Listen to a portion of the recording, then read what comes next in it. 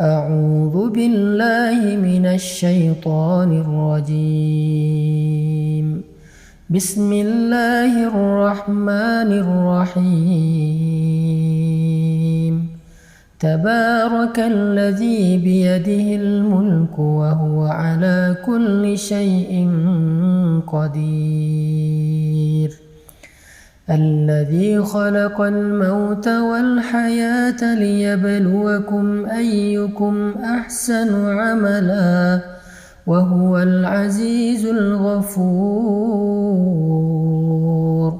الذي خلق 7 سماوات طباقا ما ترى في خلق الرحمن من تفاوت فارجع البصر هل ترى من فطور ثم ارجع البصر كرتين ينقلب إليك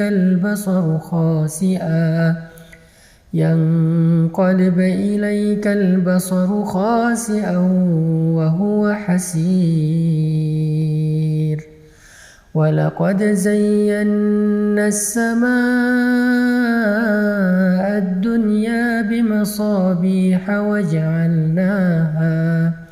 وجعلناها رجوما للشياطين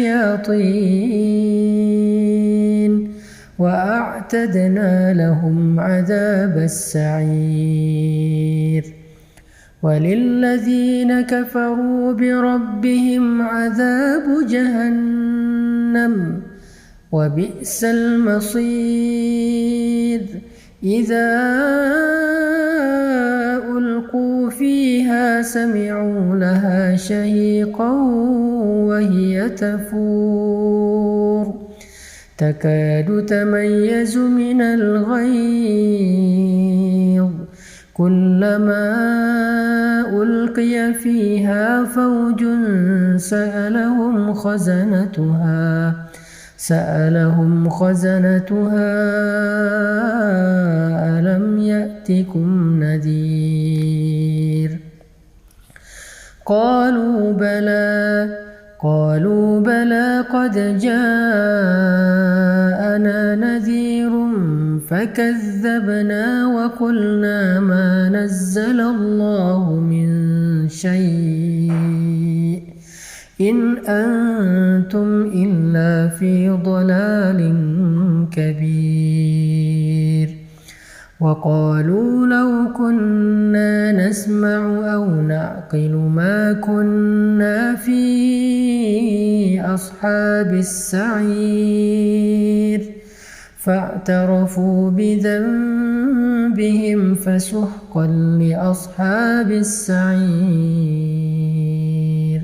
إن الذين يخشون ربهم بالغيب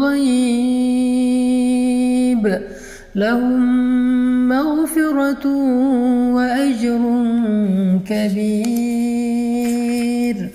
وأسروا قولكم أو اجهروا به إنه عليم بذات الصدور. ألا يعلم من خلق وهو اللطيف الخبير. هو الذي جعل لكم الأرض ذلولا فامشوا في مناكبها وكلوا من رزقه وإليه النشور. أأمنتم من في السماء أن يخسف بكم الأرض فإذا هي تمور أم أمنتم من في السماء أن يرسل عليكم حاصبا فستعلمون كيف نذير. ولقد كذب الذين من قبلهم فكيف كان نكير. أولم يروا إلى الطير فوقهم صافات سماوات ويقبضن ما يمسكهن إلا الرحمن إنه بكل شيء بصير أمن هذا الذي هو جند لكم ينصركم من دون الرحمن إن الكافرون إلا في غرور أمن هذا الذي يرزقكم إن أمسك رزقه بل لجوا في عتو ونفور أفمن يمشي مكبا على وجهه أهدى أمن يمشي سويا على صراط مستقيم قل هو الذي أنشأكم وجعل لكم السمع والأبصار والأفئدة قليلا ما تشكرون قليلا ما تشكرون قليلا ما تشكرون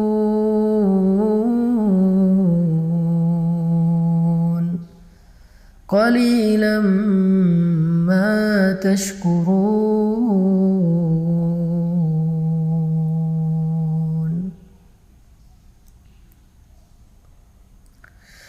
قل هو الذي أنشأكم وجعل لكم السمع والأبصار والأفئدة قليلا ما تشكرون قليلا ما تشكرون.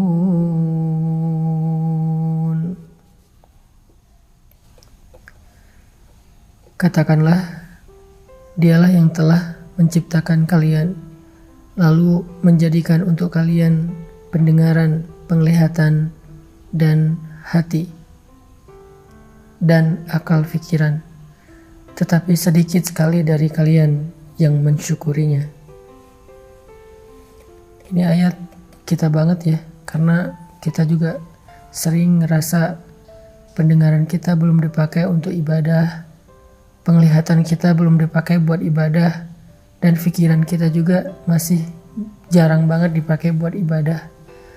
Kita malah lebih sering memakai telinga dan pendengaran kita buat dosa. Kita sering menjadikan pandangan kita itu hanya melihat hal-hal yang dilarang oleh Allah. Dan pikiran kita sering lupa kepada Allah. Kita sering ingat hal-hal yang lain, kita ingat makhluk, kita terus ingat orang yang kita cintai, tapi kita sering lupa sama Allah. Itulah kenapa kita dikatakan qalilan ma tashkurun, sedikit sekali yang mampu kita syukuri dari nikmat-nikmat Allah. Ini salah satu renungan penting di surat Al-Mulk. Qalilan ma tashkurun, qalilan ma tashkurun. Qul huwallazi zara'akum fil ardi wa ilayhi tuhsyarun wa yaquluna mata hadzal wa'du in kuntum sadiqin.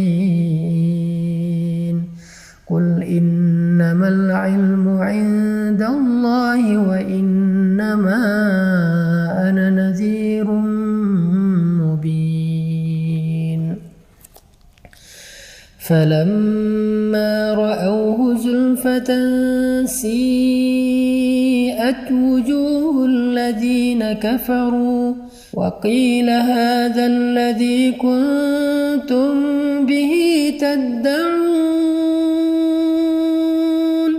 قل أرأيتم إن أهلكني الله ومن معي أو رحمنا فمن يجير الكافرين من عذاب أليم.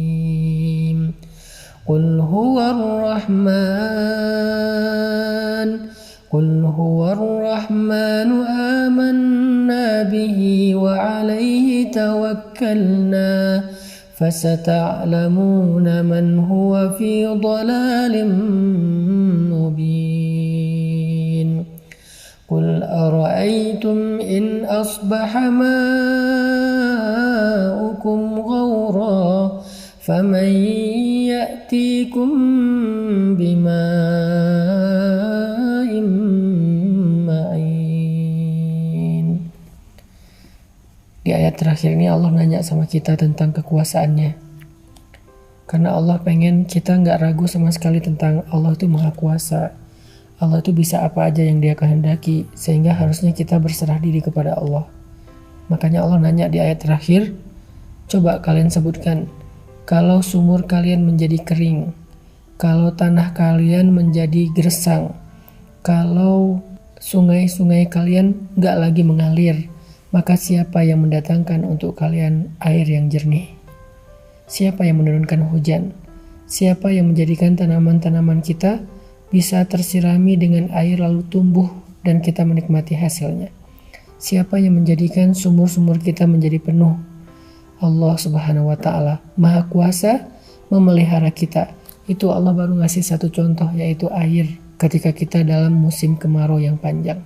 Kalau dalam contoh ini aja kita yakin bahwa Allah Maha Kuasa, Allah lah yang selama ini ngasih kita rezeki, ngasih kita pemeliharaan. Terus kenapa kita nggak berserah diri aja sama Allah Subhanahu Wa Taala sehingga hati kita menjadi tenang? Kenapa kita nggak memperbaiki hubungan kita dengan Allah sehingga ketika kita butuh Allah, Allah akan membantu kita? Makanya Allah bertanya tentang surat Al-Mulk, surat tentang kekuasaan Allah. Allah nanya, kalau sumur kalian kering, siapa yang mendatangkan kalian air yang jernih? Itu adalah pertanyaan akidah yang kita hanya bisa menjawabnya dengan iman, bukan dengan lisan. Yakin gak kita yang mendatangkan air itu Allah? Yakin gak kita bahwa yang memelihara itu Allah? Yakin gak bahwa yang memberi rezeki itu Allah? Sehingga kita gak boleh merasa kecil hati, putus asa hanya gara-gara kita kehilangan seseorang yang berpengaruh bagi kita. Hanya gara-gara kita kehilangan seseorang yang kita berharap dia bisa bantu kita. Hanya gara-gara kita ditinggalkan oleh makhluk. La, masih ada Allah bersama kita. Sehingga kalimat Nabi, la tahzan, innallaha ma'ana. Jangan khawatir kalau kita lapar. Jangan khawatir kalau kita sedang gak punya rezeki. Karena Allah yang mendatangkan air hujan, maka Allah juga yang bisa mendatangkan rezeki untuk kita. Kita baca sekali lagi dengan renungan akhir dari ayat surat Al-Mulk. Qul ara'aytum in asbaha ma'ukum ghawra faman ya'tikum bima'in